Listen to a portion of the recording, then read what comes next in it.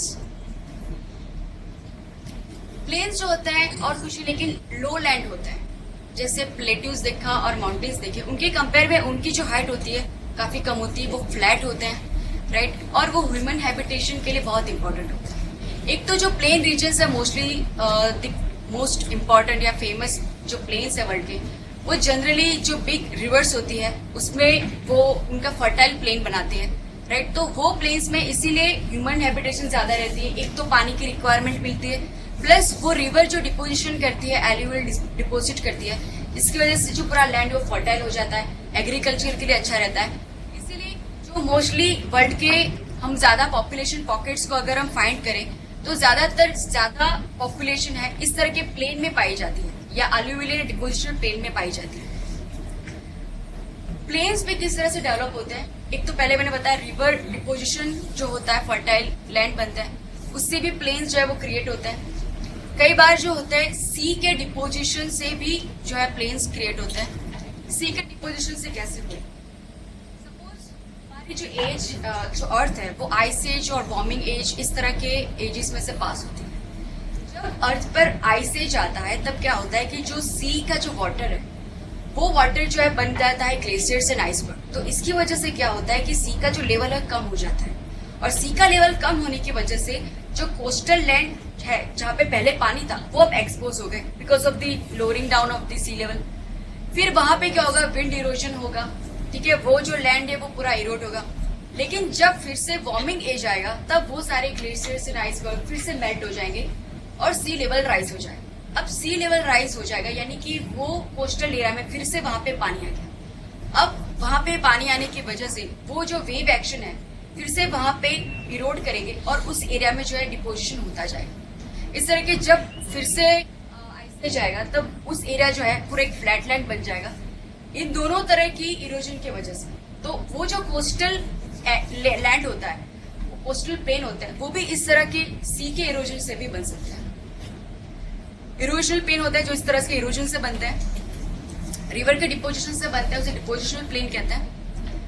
Plateau है, कोई highland है, उसका भी इस तरह के विंड का या रिवर का इरोजन रहता है काफी हद तक, तो वो भी होता है, कभी कभी फ्लैट बन जाता है तो प्लेन में कन्वर्ट हो जाता है।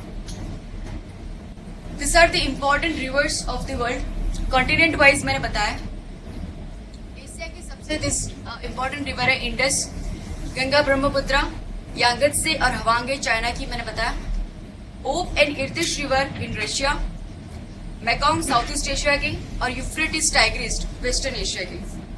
यूरोप की Danube river, Rhine river, Rhone, Po मैंने बताया था इटली की सबसे इंपॉर्टेंट रिवर, राइन जर्मनी की इंपॉर्टेंट रिवर, डॉन रिवर।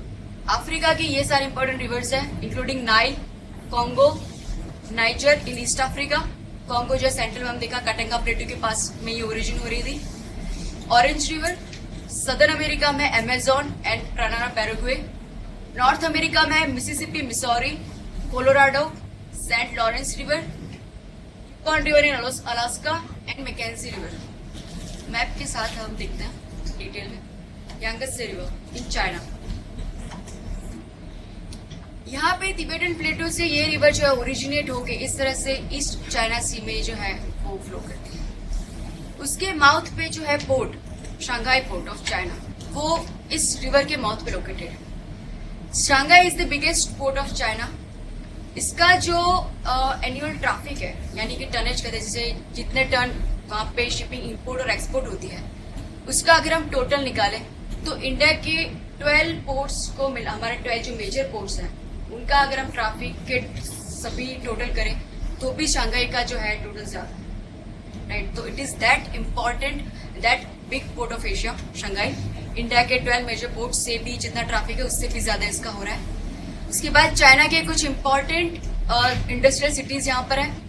ये भी याद रखिए कि ये जो रिवर है वो एक नेविगेबल रिवर है यहाँ तक, यानी कि ये जो सारे इंडस्ट्रियल जो सिटीज है उनमें जो भी कुछ मैन्युफैक्चरिंग हो रहा है या इम्पोर्ट एक्सपोर्ट हो रहा है तो पूरा जो है इस रिवर के थ्रू नेविगेशन से शंघाई तक पहुंच सकता है, राइट। तो हमेशा जब वाटरवेज होता है वो रोड या रेलवे से काफी चीपर ये ट्रांसपोर्टेशन का मोड है, तो वो भी इस इंडस्ट्रियल डेवलपमेंट के लिए भी इस रिवर का इम्पोर्टेंस है। यहाँ पे एग्रीकल्चर पे डेवलपमेंट बहुत ज़्यादा है। चाइना की 35% पॉपुलेशन इस रिवर के अराउंड रहती है, इसी वजह से यहाँ पे आप वी शेप देख रहे हैं। यहाँ पे एक रीजन सिचुआन, यहाँ पे जो है राइस कल्टीवेशन बहुत अच्छा होता है, इसे राइस बाउल ऑफ चाइना कहा जाता है। यहाँ पे बीच में जो सिटी है चेंगडू, वो इस राइस कल्टीवेशन और एग्रीकल्चर का जो है पॉइंट भी है, और यहाँ पे ऑयल एंड पेट्रोलियम भी जो है यहाँ पे मिलता है।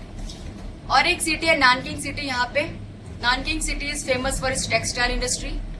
यहाँ पे Wuhan city iron and steel industry के लिए फेमस है। चोंगक्विंग सिटी वो भी आयरन एंड स्टील इंडस्ट्रीज के लिए इंपॉर्टेंट सिटी है। यहाँ पे चाइना ने एक 3 गॉज डैम जो है डेवलप किया है, this is the biggest dam of China, और यहाँ पे उसकी नेविगेशन के लिए उसको बनाया गया है। यहाँ पे ऊपर से मैंने एक रिवर बताई थी, येलो रिवर और हवांग रिवर। उन दोनों रिवर को कनेक्ट करती हुई एक कैनाल भी चाइना ने बनाई है, यूनहो कैनाल। सो ये जो रिवर है आप देख सकते हैं चाइना की इकोनॉमी के लिए कितनी इंपॉर्टेंट है। मैंने ये लिस्ट आउट किया है for your notes. Yangtze is the 3rd longest river in the world. Navigation होता है यहाँ पे, उसकी 35 पॉपुलेशन यहाँ पे रह रही है। Sichuan basin, Shanghai, Wuhan, Nanking, Chengdu and 3 Gorges dam, and this the यूहोन canal. Now we'll come to Euphrates and Tigris river. ये पूरा वेस्ट एशियन रीजन है।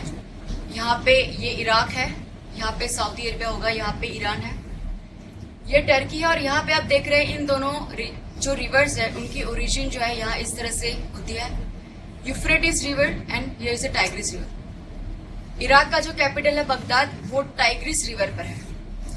इंस्टेंट अगर हम वर्ल्ड की बात करें तो हिस्ट्री में भी इस रीजन का काफी इंपॉर्टेंस था। जो मेसोपोटामिया जो सिविलाइजेशन थी contemporary to Indus Valley civilization, वो यहाँ पे डेवलप हुई थी। उसके बाद की बेबीलोनिया वो भी यहाँ पे डेवलप हुई थी। ये जो रीजन, ये जो रिवर्स है, इसके अराउंड यहाँ पे उसके माउथ में पेट्रोलियम भी पाया जाता है। आपको इराक अभी ज्यादा न्यूज में because of the IS terrorism, Islamic state terrorism, और इसके से कुछ सिटीज आपको ध्यान में रखने चाहिए, जैसे मौसुल है, किरकुक है एंड अल-बसरा सिटी ऑफ इराक। अभी शायद IS ने किसी पेट्रोलियम रिफाइनरी को कैप्चर किया था इन अल-बसरा। लेक वान और उर्मिया जो है यहाँ पर है। Lake one is in Turkey and lake Urmia is in Iran.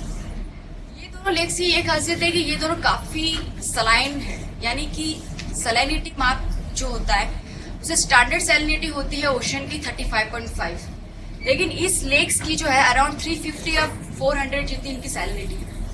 These are very saline lakes of the world, Lake Van and Lake Urmia. So locate Lake Van in Turkey, Lake Urmia in Iran. Important centers in Iraq आप note कर सकते हैं, Baghdad, Mosul, Kirkuk, अल-बसरा।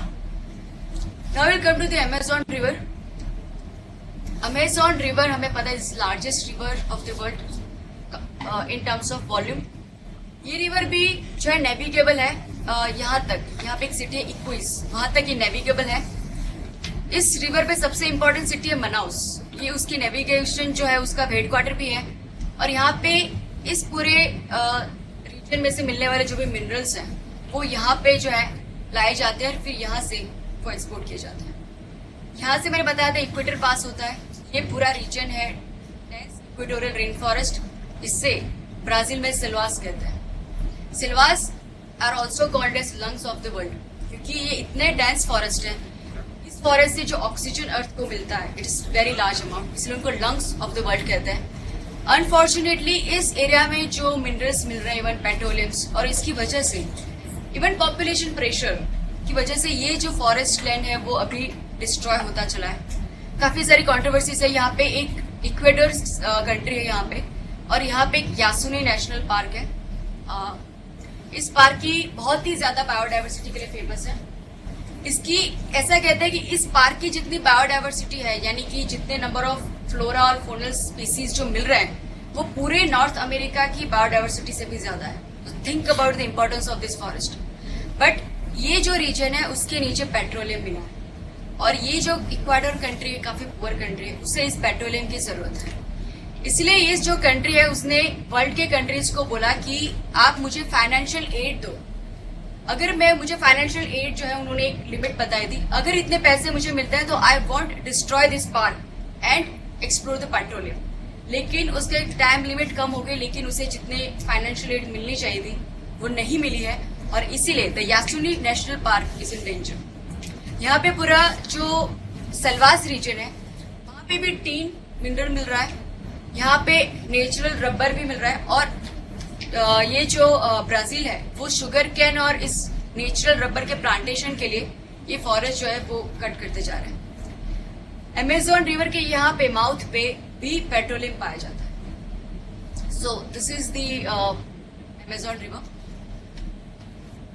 Selvas, tin rubber in selvas. सटाओ यानी ये जो है यहाँ अलग अलग फॉरेस्ट को अलग अलग नाम दिए गए। वहां पे एक सटाओ करके एक लैंड फॉरेस्ट है जो रैंचिंग यानी एनिमल हस्बेंड्री के लिए फेमस है। Petroleum reserve at the mouth of Amazon, Manaus and plateau of Mato Grosso पहले बताया मैंने, famous for gold reserve. Mississippi Missouri river basin of USA. ये यूएसए का मैप है। यहाँ पे जो है रॉकीज लोकेटेड है, यहाँ पे अपलाचियन लोकेटेड है। बीच में जो लोलैंड है वहां पे जो रिवर पास होती है, ये रिवर राइट हैंड साइड की उसे मिसिसिपी कहते हैं, उसकी सबसे बड़ी ट्रिब्यूटरी मिसौरी, इसकी वजह से उसे combinedly Mississippi Missouri river basin भी कहा जाता है। ये जो पूरा एरिया है वो टेम्परेट ग्रासलैंड है। अभी समझ में ना, नो प्रॉब्लम। क्लाइमेटिक रीजन्स जब हम पढ़ेंगे तब देखेंगे व्हाट इज टेम्परेट ग्रासलैंड। लेकिन आप इतना समझिए कि ये बहुत ही कूल रीजन में ग्रासलैंड है। आज ये ग्रासलैंड जो है वो एग्रीकल्चर रीजन में कन्वर्ट हो चुका है। यूएसए का सबसे इम्पोर्टेंट एग्रीकल्चर रीजन है ये। यहाँ के कुछ स्टेट जो हैं वो एग्रीकल्चर के लिए फेमस है। कुछ सिटीज है कैंसास जैसे, वहाँ एग्रीकल्चर के लिए फेमस है। इस रीजन में व्हीट होता है, cotton and coal, mainly this 3 crops are grown here. यहाँ पे जनरली जो कॉर्न जो उगाए जाते हैं they are not for the human consumption. Mainly वो जो कॉर्न होते हैं वो एनिमल फैटरिंग के लिए यूज किए जाते हैं, एनिमल कंजप्शन के लिए किए जाते हैं। फिर जो वो एनिमल जो होते हैं वो फैटनिंग किए जाने के बाद यहाँ ऊपर इस लेक रीजन में शिकागो सिटी है, वहां पे उन्हें सप्लाई किया जाता है। वहां पे उनका स्लॉटरिंग होता है, मीट पैकिंग होता है और फिर उनका एक्सपोर्ट होता है। तो यहाँ पे एनिमल हस्बेंड्री एंड एग्रीकल्चर इस रीजन की इकोनॉमिक एक्टिविटीज है। टेम्परेट ग्रासलैंड उसे प्रेरीज भी कहते हैं यूएसए में। Wheat, corn, cotton, Kansas agriculture के फेमस है। सेंट पीटर्सबर्ग का वर्ल्ड ज्योग्राफी में भी देखेंगे, it is actually in the Appalachian mountains. वहां पे कोल और आयरन के रिजर्व्स है, इसीलिए ये सिटी जो है आयरन स्टील इंडस्ट्री के लिए फेमस है। New Orleans, let me locate it. यहाँ पे उसके माउथ पे एक सिटी है न्यू ऑर्लियंस। मैंने पहले बताया था gulf of Mexico is important for sulphur reserve. तो इस सल्फर रिजर्व के बेस पे जो इंडस्ट्रीज है वो इस न्यू ऑर्लियंस सिटी में जो है डेवलप हुई है। यहाँ पे जो स्टेट है उसे टेक्सास स्टेट कहते हैं यूएसए का, उसकी कैपिटल है। और एक इम्पोर्टेंट रिवर बेसिन ऑस्ट्रेलिया का। पूरा यहाँ पे आप देखेंगे कि ऑस्ट्रेलिया इस तरह है और वेस्टर्न साइड का पूरा ऑस्ट्रेलिया जो है वो पूरा डेजर्ट है, और पूरा जो बॉर्डर रीजन है वो यहाँ पे माउंटेन रेंजेस है। अगर आप ऑस्ट्रेलिया का पॉलिटिकल मैप देखोगे तो जो सभी इंपॉर्टेंट सिटीज है वो उसकी बॉर्डर रीजन पर है, राइट, क्योंकि वहां बीच में जो है वो इस तरह की इनहेबिटेबल लैंड है, पूरा डेजर्टिक रीजन है, माउंटेन रेंजेस है। ये जो रीजन है वहां पे काफी अच्छी population because of this reverse.